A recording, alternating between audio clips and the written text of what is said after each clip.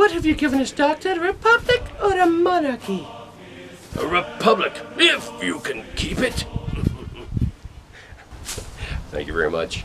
Benjamin Franklin was acutely aware of the fragile nature of the system he was helping to put into place back in 1787, and aware of the need for constant vigilance to avoid having it taken away. But after several decades now of systemic and institutional disregard, if not outright disdain for Franklin's admonition, we're very much in danger of losing the republic. And if you think I'm being overly dramatic, just take a look around. The principles our founders embraced, that so many have fought and died for over our 240-year history, principles that not only make it possible for me to stand here and address you as a free citizen, but that have made this nation the most successful experiment in human liberty, dignity, and sovereignty known to man. These principles are under assault like never before, both from without and from within. And I, like a lot of us, have stood by and watched this suicide mission unfold, waiting for someone to do something, or hoping that our political leaders will wake up, stand up, grab a hold of the wheel, and turn the ship around. But for me today, to wait for someone else to take action is to be part of the problem. And it's also clear that in Washington, the folks that share our founders' vision for this country, who believe in constitutional principles deeply enough that it actually affects their decision-making, are greatly outnumbered and understandably demoralized. So all this is why I'm inviting you to join me in person, in spirit, and or in wallet for the Ride Against the Tide, a 2-month tour of patriotic duty and stewardship from Pikes Peak to the nation's capital. Our kickoff rally is set for September 4th, right here in Monument, Colorado. And that's the evening before Labor Day, arriving in the Washington, D.C. area the weekend of November 5 and 6, which just happens to be a couple days before the general election. This is not about electoral politics. It's about face-to-face, eye-to-eye, and heart-to-heart contact and fellowship with people who share my concern for the country's future.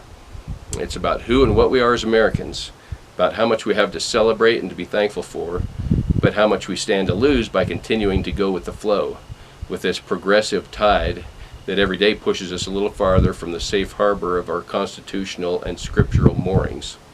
Each stop along the way, each little get-together, will include some music, some prayer, a little bit of personal backstory, who I am, where I've been, what I believe and why, more music and prayer, and then discussion of our common bond as keepers of the American flame, and what each of us can do to provide pushback against this tide in our respective homes, businesses, and all our relationships.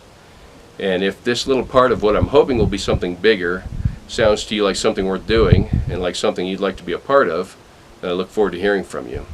And if you live between Colorado Springs and Washington, D.C., and would like to have your town or community included on our route, whether it be in your church, in a park, in your backyard, or your living room, I would love to discuss that too. And there's more to cover than we can get to in 4 minutes, but try this. Picture the missions of Paul Revere, Johnny Appleseed, and Forrest Gump, narrated by Arlo Guthrie. That's about as good as I can do.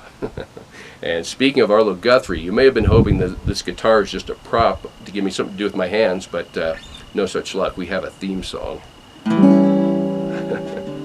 We're riding against the tide, no, we won't be satisfied till we've covered a few thousand miles of American countryside. We'll sing and laugh and pray, make new friends along the way. Be rolling into Washington just before Election Day. We all know just what's at stake. God bless the USA.